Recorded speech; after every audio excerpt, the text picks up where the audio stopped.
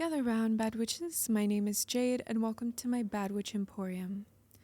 Today is a more serious topic.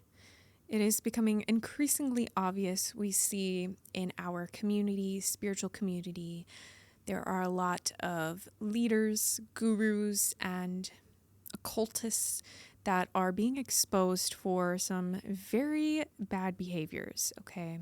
And even being predatory, right? Taking advantage of situations when they shouldn't have. Now, although I have not had a direct experience with these, male occultists and having any sort of experience, right? That doesn't mean I haven't had a bad experience at all in this regards. In fact, I'm starting to see a lot of similarities of the community I used to be a part of, which was the sex industry, right? I, for 5 years, was in that industry, and I would see many, many times, more than I could count, the amount of women that would fall victim to these predatory men who presented themselves. That's the thing, they present themselves in a way that is helpful. Well, I will get you from A to B. I will help you get in life here. I will help you get your money up, whatever the case is.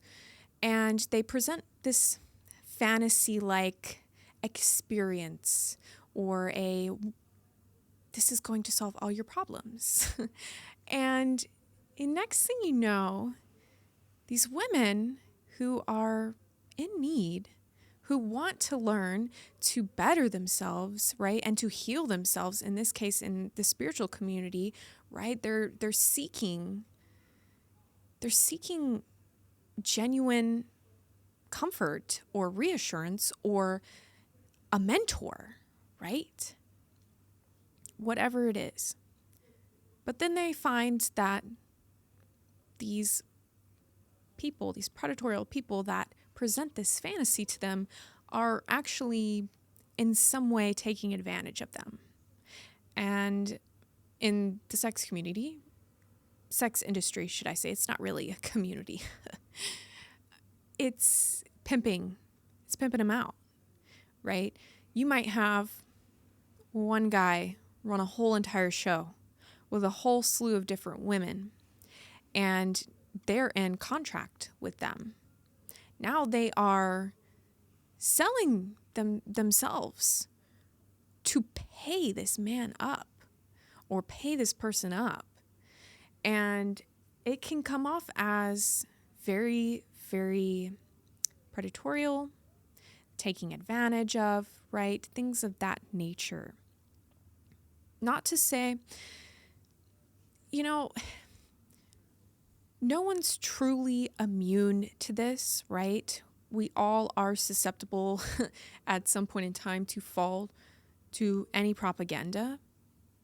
I think it's important to discern, use our own intuition, own judgments, and treat these people as someone to learn more about, right? When we vet it properly, I think a lot of times when people, and again, I have had experiences like this, not in the spiritual community, but in the sex industry, where, we put our faith, our entire faith into someone or trust into someone, hoping that things will be better because they're in the picture. And it turns out to be way worse and not what it seems.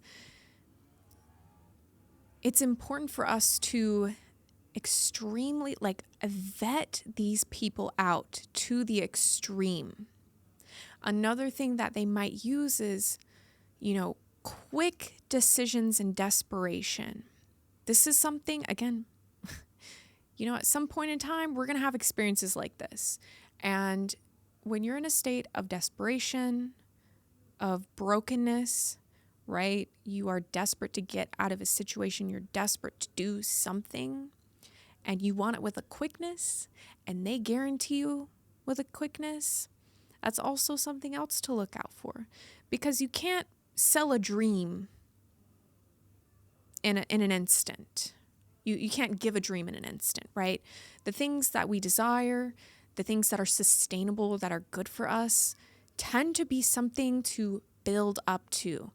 Years of studying or years of mastery, consistency, crafting, whatever that is, right? Whether it's enlightenment, knowledge, it takes time to build up. So if they're selling you a kind of get rich quick scheme, this is also something to be, wary of. Things aren't always going to be as it seems, okay? And a lot of times these people will become very close to you, right? That trusting person that you can go to for anything. And they end up gaining information on you, ammunition, right? To when they want to use it. So in this instance, when we vet people out, when we get to know them, we're not putting all our cards out at once. We're not just telling our whole entire life stories, our whole entire problems to these people, because they have to earn that information. They have to earn that information, and they have to show why they are trustworthy, right? Earn that trust. Trust is absolutely earned. Respect is earned, right? So when they take the time, they get to know you over the course of time, then you can slowly, right, open up to them, give information as you feel comfortable.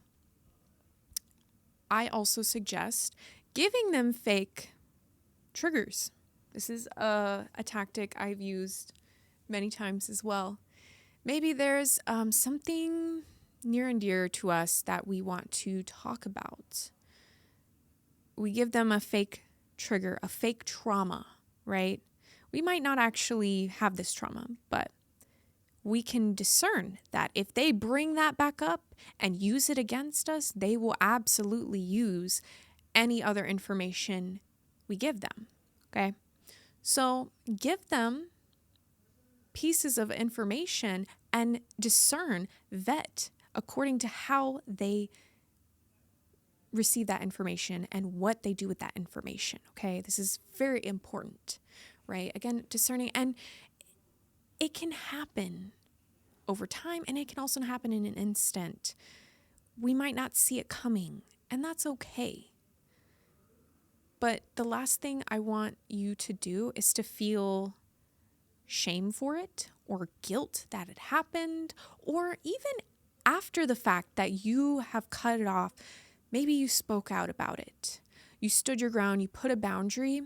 Don't feel any shame or don't feel any guilt at all, because you were taken advantage of. And you slowly or surely quickly learned this person is not someone to trust. And you could have even been betrayed, taken advantage of. This is not something to feel ashamed about. In fact, they want you to. They want you to feel powerless. They want you to feel like they're in control, not you, that they control the narrative, that you would be nothing without them. And quite honestly, that is far from the truth. You dictate your world. You stand up for yourself. You set your boundaries. You create your own world, your own community. And you decide your value, your worth, not them. And after everything is said and done, they will do everything in their power to scare you, right? Put fear inside you. This is a very common tactic to disorient victims or prey, right? Putting fear in them. They're not big old bad and mighty. They just don't want you to see that you're being taken advantage of. And they will deny it. They will deny the truth. They will scramble information. They will try to confuse you and deny that anything ever happened. Gaslight you, whatever the case is. It is so important for you to stay grounded and seek your community, your support, the women around you, your sisters, your coven, whoever that is, they will have your back. Not to say that all women are trustworthy. That's not what I said. But if there's someone that you trust in, that has been with you for years and years, right, has had your back, they are going to be there for you. They're going to back you up, and they are going to be your support when you need to lean on someone, especially because it can be very nerve-wracking standing up to these people, especially when they present themselves as almighty and powerful and all that. It's their show. No, it's not. No one dictates this but you. Who you put on a pedestal, that is you to decide. If you put them on a pedestal, they will be there. They will hold that power over you, for sure. But if you decide, hey, I run the show, this is my life, this is how it's going to go, you're not going to tell me X, Y, Z, they don't have any power over you. It doesn't matter what they say, what they do, they cannot get into you. And when you set up that boundary, that's the protection. So I want you to know that many, many women go through this. This is nothing to be ashamed of, right? It's something to learn. It's another lesson to learn. And I don't want y'all to feel defeated or nervous, scared of any of this going on, especially if you speak against them, if you take a stand for yourself, you set that boundary. Be proud that you did that. This is a step for your empowerment, your own self-empowerment, and the right people will back you up and be there for you, including myself. So, blessed be baddies. I hope y'all have a wonderful day. Mwah.